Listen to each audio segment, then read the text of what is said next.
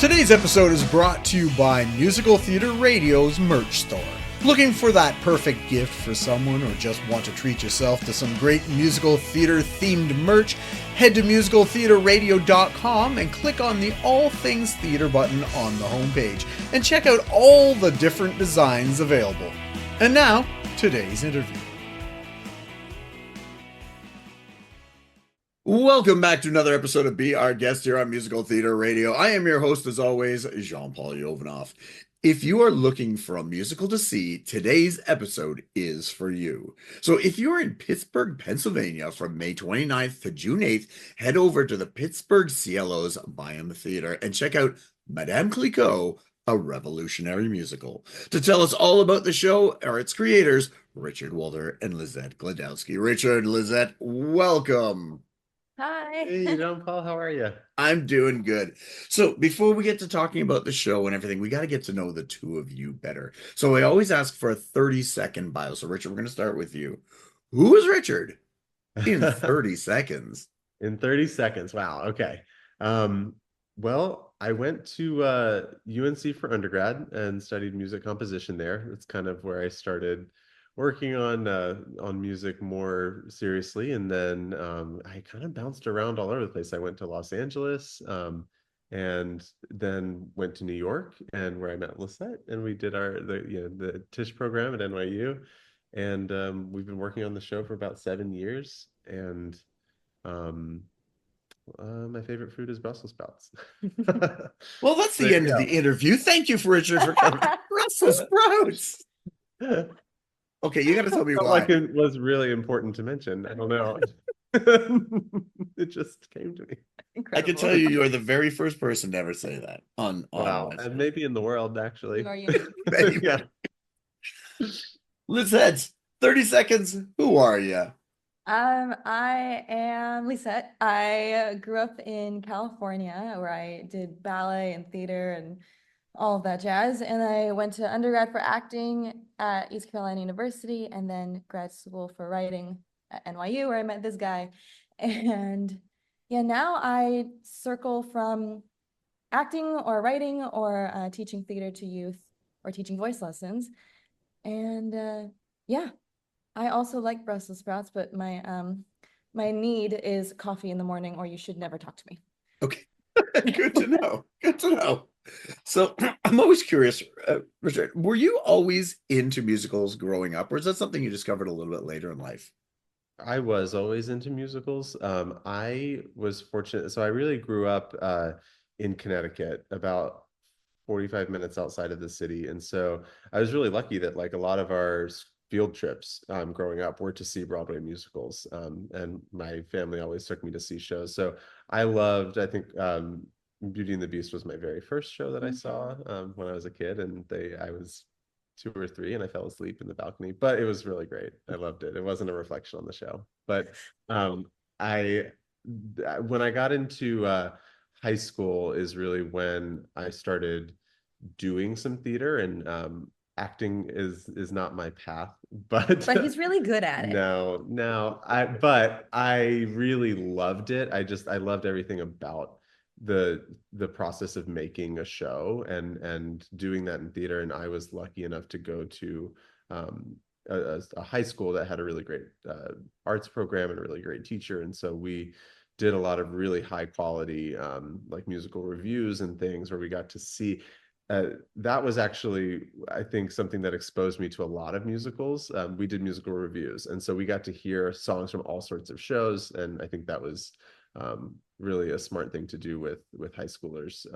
And so I got to understand a breadth of scores and musicals, and really start to, like, I don't know, get bitten by the bug and see how wide musical theater really could be. It's not just Little Shop and Annie and the shows that you see a lot in high school, although I was in a production of Little Shop and that was wonderful. Wait, say who you were. And I was the dentist, of course. They're out the back. Yes. But yeah, so I think that was really what got me started. I didn't really imagine writing musicals until a little bit later, but I've always really loved musicals. Nice. I was Mushnik, so I think Were you? Nice. every Amazing. high school I think does it at some point. So for some weird reason, I wasn't nerdy enough to be Seymour. I don't know how that can be true. Okay. We're on our nationwide search for Seymour. I think we have an Audrey here, Hey. and a Mushnick and a dentist, and we're gonna put this up somewhere. Well, I'm now Mushnick age, so I'm down. If you're looking for an audition, I'll be there. Lisette, yourself, were you always into musical theater growing up? Yes, I was born into a very theatrical family. So my parents were dancers and theater people, and my siblings were in ballet and theater with me too. And it just the generations keep going back of I could keep going, but it just my whole bloodline is pretty much in this world, and I love it so much. And I can't remember the first show I saw because I was so immersed in it from day one. Um, but I started writing when I think the story that's told is I was about 5 and pulled myself up onto the piano bench because I was, like a foot tall, and started. I had trouble playing Mary Had a Little Lamb, but then started composing something. And my parents went, "Oh, what is that? Oh, we should put her in piano lessons because there's something coming out of her brain." Again, struggled with Mary Had a Little Lamb, but did this whole like with my hands. And then I was writing songs for friends, for fun, all through high school, usually on guitar. But then I turned to writing musical theater songs later in high school and then all through college. And then my senior year of college, I wrote my first full-length musical and went, "Oh my God, I love doing this in the full out way." And then that led to NYU, and now we have so many shows. Yeah. But I love telling stories in any way. I think that's like the core of what I love is the storytelling. So whether that's being in the shows, writing the shows, choreographing the shows, directing the shows, helping people come up with ideas, like it's just a story for me is my favorite part. Nice. Well, now that we know the two of you, let's talk about the show itself. Give us a little plot synopsis, and what was the impetus for writing the show in the first place? Um, Gosh, so the when I was in undergrad at Chapel Hill, I started like it's really when I kind of discovered that there was a woman behind this champagne. This is a champagne you see everywhere. This bottle is, kind of ubiquitous, even in film and TV and just like all over the place. And so we've always sort of had it at special occasions. And when I started kind of investigating, I love history. I love like kind of learning the backstory of things. And so I just started looking up things about her, and it was just like everything I looked up was just like, wow, what an interesting little tidbit. I'm gonna file that away. And I was like, this would make a really cool musical someday. And it really probably wasn't until 5 years later that I met Lisette, and I was like, I think there's like I hear music in this story. I think there's something here. Can we just like try to write a song together and see? And so she read, kind of all the same materials, and we sat down, and she also was like, yeah, I really hear this. And we sat down and wrote the first song for the show. It's still in the show. Relatively unchanged. Pretty unchanged. I mean, lyric tweaks, but yeah, it felt like we both immediately went to like the musical core of it, and so that's always really fun when that happens. And so um, yeah, so the kind of synopsis of it is that Barb Nicole, who is the protagonist of the story, Madame Clicquot herself, is the show kicks off with the French Revolution basically breaking out. I mean, it's like she's arriving at her boarding school, and then the revolutionaries flood the streets, and everything is turned upside down, She has and, to be and she has rescued to be rescued. because she's part of the aristocracy, so Yeah, she would be killed if she was found. yeah, Great for an 11-year-old, yeah.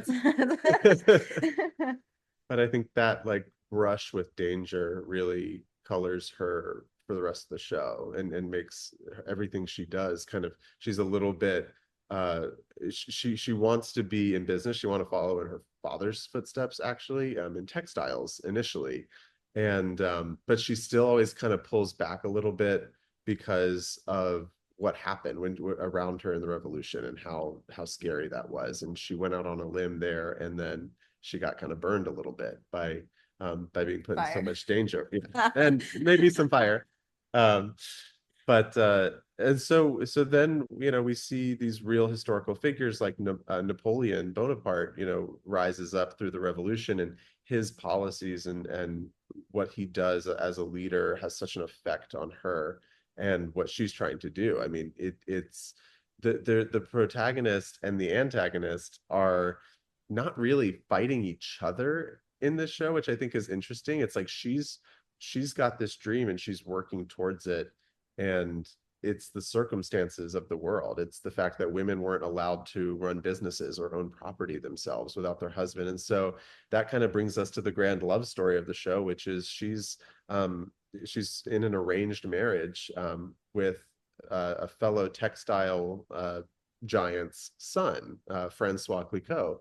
And he has this dream of taking over his father's wine business, which was sort of a side business at the time of the textiles. And so she and Francois are arranged to be married, and she's initially really upset about this. And then they really fall in love and have this like beautiful kind of marriage for a short time. And she gets her opportunity to kind of work with him. He sees her as a partner, and they work together up until he dies at the end of Act One. Spoiler.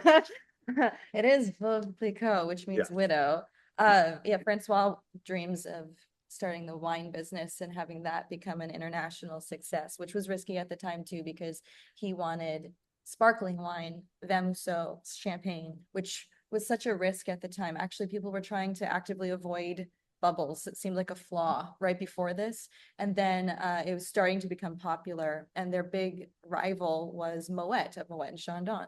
And so all these characters actually interacted with each other and lived in the same neighborhood. And Moet and Napoleon were best friends. And, you know, this stuff just jumps off the page. And so it's really fun writing a show that has such eclectic, colorful characters. That's with the backdrop of the French Revolution, the Napoleonic Wars, all of this history. And then we focus in on this really intimate story that then becomes this huge, this huge historic fact, really. But we really like the relationships and the stepping stones to get there. So our show spans about 20 years. We go up until her first huge success. So we follow all the trials and tribulations up into the point where we can then say, and the rest is history.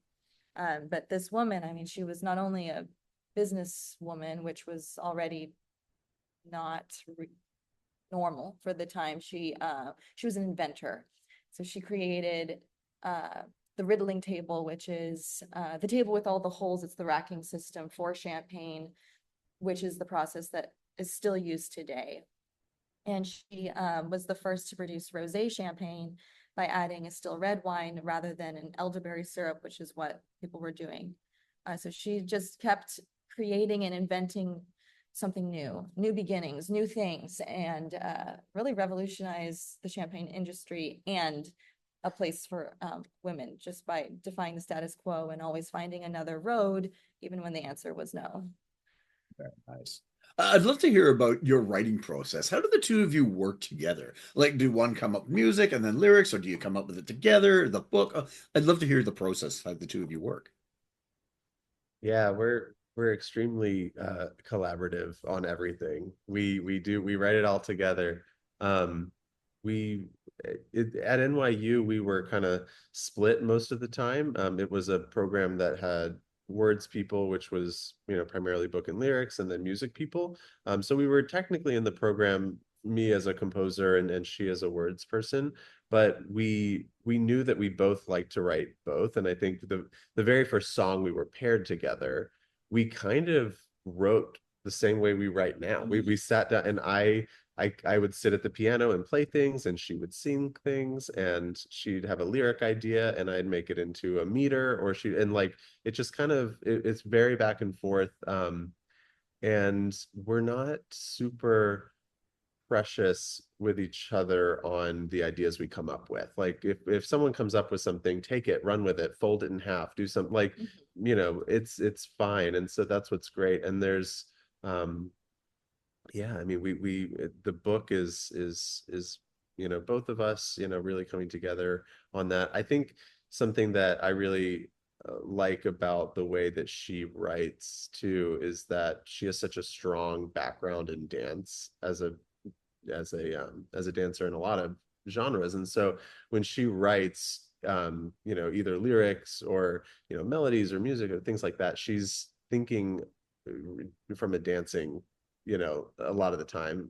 So I think that's cool because I don't have a background in dance. But as it turns out, this is a show that is kind of dance heavy. There's a lot of pretty spectacular dancing in the show. And I think being able to collaborate with someone who has that background helped get the songs there a little bit quicker. We have amazing arrangers and orchestrators that are also doing a lot of that heavy lifting of making it danceable. But I think, like, you know, when we were writing it, we were even thinking, and this is how they might move with this music, which I think was really cool. We also have a really good instinct for when something is working and when something's not quite there. So if we're not both like, oh, that was it, yeah, then we know we haven't quite hit it. Yeah.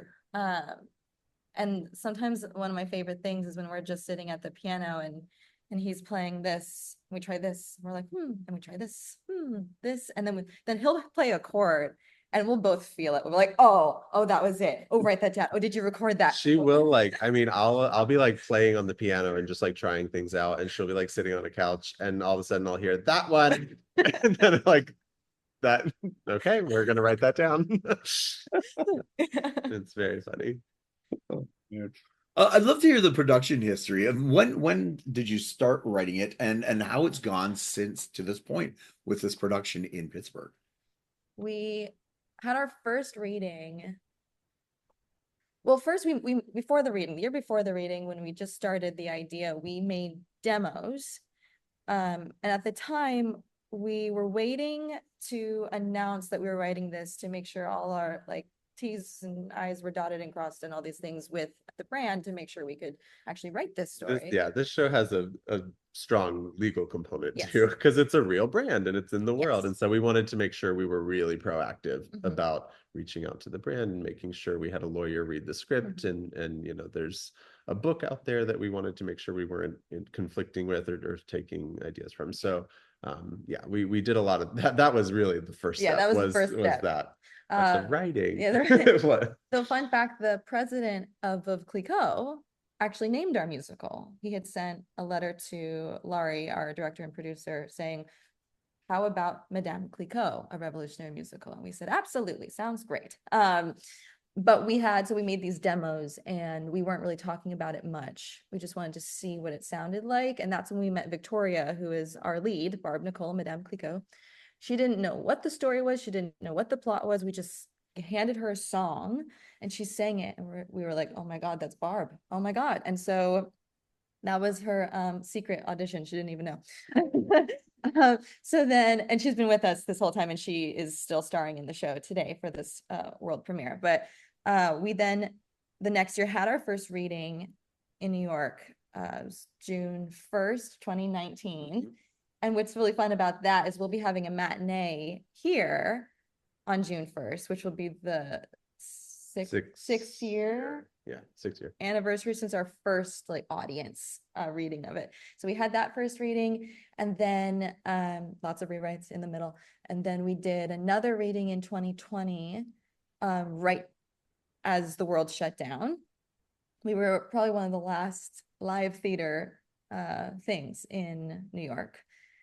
The next day, Times Square was empty. Like, it was wild. And then as the pandemic was a big crushing blow to everyone and halted a lot of theater, in some weird twisted silver lining, our show got some time and space for us to think, rewrite.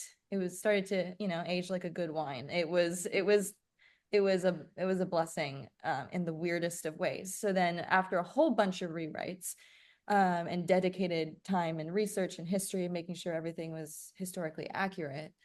Because that's the fun part. You'll come here, and if you watch the show, you walk away going, I wonder if that was real. No, it is, which is great. And all the dates line up, which is great. Then we did a sold out concert in Hilton Head. It was a 90-minute version of the show. So mostly just the songs, none of the scene work, which was sad, but also exciting. We like the scenes. But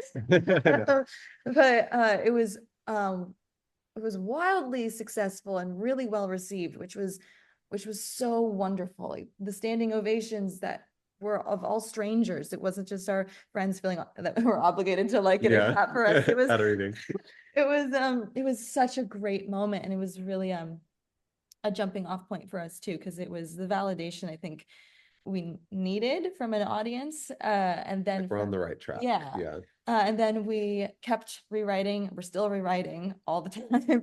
And then we did an album. We did a 6-song EP, so a little teaser of the show. It's got like what, 20 something songs, 21 songs in the score. Oh, I was like, not on the album. No, just in the show. Yes. Yeah.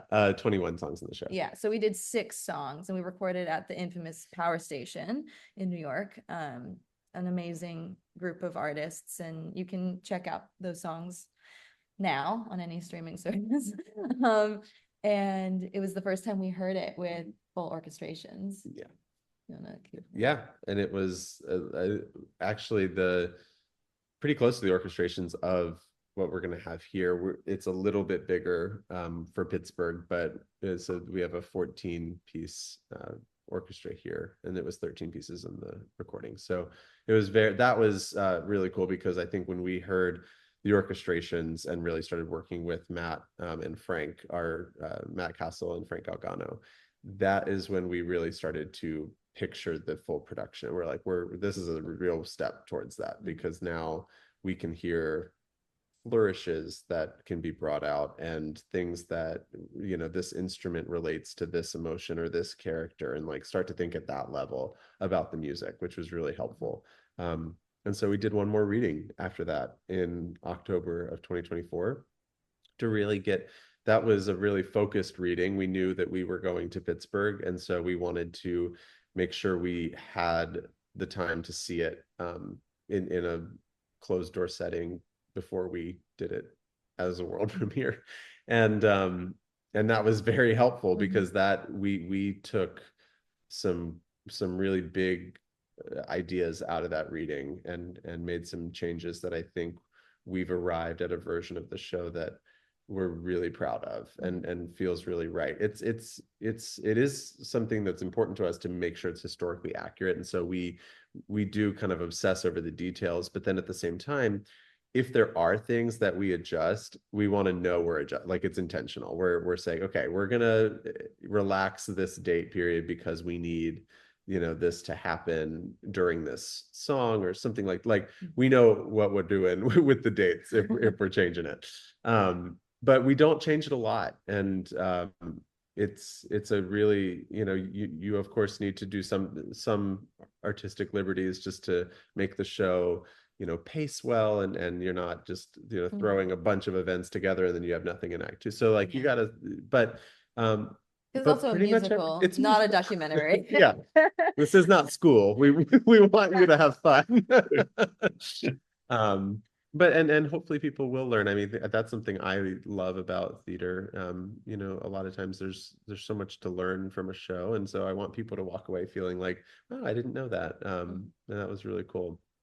It's also just a very emotional story, and I know I cry through it all the time. Yeah, happy and sad tears. We cried yesterday. I mean, we're still, we're still overwhelmed by what she did, and getting to see this particular representation of her legacy start to come to life in this way. I think it's really cool, and I think this is a great medium for this story, because it's grand. I mean, she had a really epic life. What she did was kind of unprecedented, and the time period was epic, and the location was epic and grand, and so it just feels like, we're very lucky, I think, that we get to explore this show in this way with a cast of 34 people Oh and my a God, big this hit. And like, cast for Pittsburgh is yeah. unreal. They're so good.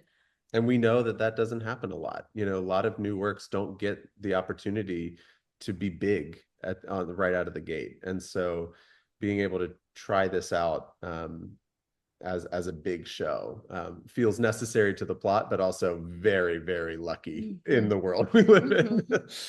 Yeah, we're very grateful to our producers, 42nd Parallel Productions, and now they're co-proing with Pittsburgh CLO, and it's dreams coming true. I mean, we're just sitting in the rehearsal room seeing actual set pieces, not music stands, and actual choreography, not, and now they dance from the stage directions. It's coming to life. Yesterday there was a rehearsal going on. There's a part where one of the characters in the stage directions we have making tea, and the other character pulls something out of a drawer, and something that just that simple, but actually seeing them do it with those real objects, with the real thing. It just brought me to tears yesterday. And I looked at Rich and I went, oh my God, how long have we been imagining this? Yeah. This one little small part. And there it is. Yeah. I'm always curious. Was there a song that you wrote that just flowed right out of you? I know you mentioned one, but was there also another one that has just drove you crazy? That you're just trying like, how do I get this to work? So I'd love to hear the two sides of this. 100%. You know what? I think the song that, other than The Man He Chose for Me, which was definitely, it flowed right out. But the other one that really flowed out of us in a really cool way was Talk to Him. Yeah. And it's a song in Act 2 that Barb Nicole and Philippe, who's Francois's father, sing, kind of processing the death of Francois. And so they're grieving him in their own ways together. And that was such a cool songwriting experience, because we didn't know what we were doing with this moment, and we sat down, and I sat at the piano and started to play this music. He played something and I just started crying. And she started writing lyrics, and at the end we put them next to each other, and we didn't have to change anything. It fit. So it's like it just like we wrote the same song and put it together, and we're like, well, that's done. And like that hasn't changed. That one, I think, yeah, at all. Like not even a lyric. That is the only song on the show that hasn't changed lyrically, hasn't changed musically. No, it is exactly what it should be. So yeah. There are several. Yeah, there's a lot that have not that are on there: 5th, 6th, 7th, 8th, 10th, 20th. I feel like we should tell Victoria we have a new opening song for her, and because I feel like I feel so bad. I know, just as a gag, but like we have spent a lot of time reworking her opening song, her I Want moment. It's been we've been circling it. We've had the idea, and we're like, but that one has to be it's an interesting song to write, because it's not a really like tangible thing that she's after. She's after something that what she gets by the end of the show is still that, but it looks completely different than she thought it was going to when she's singing this song. And so we have to make sure the song is clear in what's really underneath why she wants what she wants, because that's the thing that she gets. And so exploring that and making sure the music matches that tone, and that it really captures her. We've been through several iterations of that, and that has been definitely something that we're like, oh, we got to go back to the drum. We got to do it again, but we'll keep a piece of every song. I mean, we never, I don't know that we've ever really thrown an entire song out. Even if it's 2 or 3 measures, there are songs that have like 1 measure from a previous version, but it's something that we like wanted, so we find something that we carry forward, and we know that we can always go back if we, but it's like if it doesn't feel right, let's just take what we like and try to evolve it. And if it, doesn't, but yeah. Yeah, I remember this newest version of her first song. It was hard to get there because we thought we had the right song. We knew it wasn't 100% because we didn't have that yes feeling yet, but we had it, yeah, sure, yeah, that's almost it, but we didn't know what quite to do with it yet. So the idea to abandon it and start from scratch with this new idea was kind of scary because it was almost like, why change what's working? It's working, sure. But then once we found the courage to go, you know what? Let's just try. And like Richie just said, we can always go back. We have a document, we save every single thing we've ever written. It's like 400 pages. It's long. So that with the comfort of we can go back, let's just try it. We started this new idea and then we had the yes moment. Yeah. And it was so funny because some people get so attached to this music, which is really such a compliment. But when we cut something, everyone goes, why'd you do that? And we're like, no, you have to trust us. And then they like the new version. They like the new version better too. So. But sometimes it takes a second. It's funny because these, especially cast members that have been with it for, we have a couple that have really been with it the whole time. Mm-hmm. But even people that have been with it for a couple of years and have done maybe the album in the last reading or something, when things change, people get attached to how it was. Mm-hmm. And so it's funny to introduce something and be like, I know, but no, you're gonna be okay, I promise. Yeah. But this new song is really, really great. And I'm excited about it. Yeah, it's called Could It Be Mine? Yeah. Nice. Well, congratulations to the both of you of writing the show and getting it up on its feet. And full disclosure to all the listeners, I've known about this show for at least 4 years. Well, since the pandemic, when I first met the director Lori, we got to know each other, and she introduced me to the show, and I've been following along. And I got to see the performance in October of 2024, and I think I got to say hello to you, Lisette, but Richie, I don't think I got to see no at all. Yeah. You were kind of busy. You were both busy. Well, I just left you to your own devices, but I do want to say that was fantastic. And yeah, congratulations to both of you. The important part of this now, how do people get tickets? Give us the websites, the socials. How do people get to know more about the show and yourselves? Yes. The website, it's you can go to pittsburghclo.org is what it is. Let's just check that. Let's just check. We want to make sure it's absolutely correct. Yeah, pittsburghclo.org. And it's right on the homepage, and click buy tickets. And yeah, we hope to see everybody in Pittsburgh come and say hello. We'll be there at every show, and come yeah. with us. And the socials, I want to make sure people can follow. Oh yes. Madame Clicquot Musical is the Instagram handle for the show. And it's Madame_Clicquot_musical. Did that change? No. Yes, if you either way. And then you can also look at Pittsburgh CLO on Instagram as well for more information as well. Yep, that seems accurate. I always ask this question to people. Always like, I got to figure what that is, because you spend more time writing the show than worrying about that other stuff. Right? Into that website. Yeah. Again, that's fantastic. It is great to talk to you two. I've been like I said, I've been following the show for at least 4 years. I'm going to keep following it and see wherever it goes in the future. I'm excited for the two of you, and yeah, all the best down in Pittsburgh. And I can't wait to see where it goes beyond that. Awesome. Thanks so much, Jean-Paul. You're wonderful. No problem. All right. We were just speaking with Richie and Lisette, the creators of Madame Clicquot, a revolutionary musical. So if you are in Pittsburgh, Pennsylvania, head over to the Bynum Theater May 29th to June 8th to check out this show. And as I've said on many podcasts, check out new musicals. They are so important for you to go and support them, because today's new shows are tomorrow's classics. So go out and check all those shows out. Tune in next week as we do this all over again, and we'll hear about the life, love, and passion that is musical theater. I'm your host, Jean-Paul Jovanoff, and until next time, I'll see you when I see you.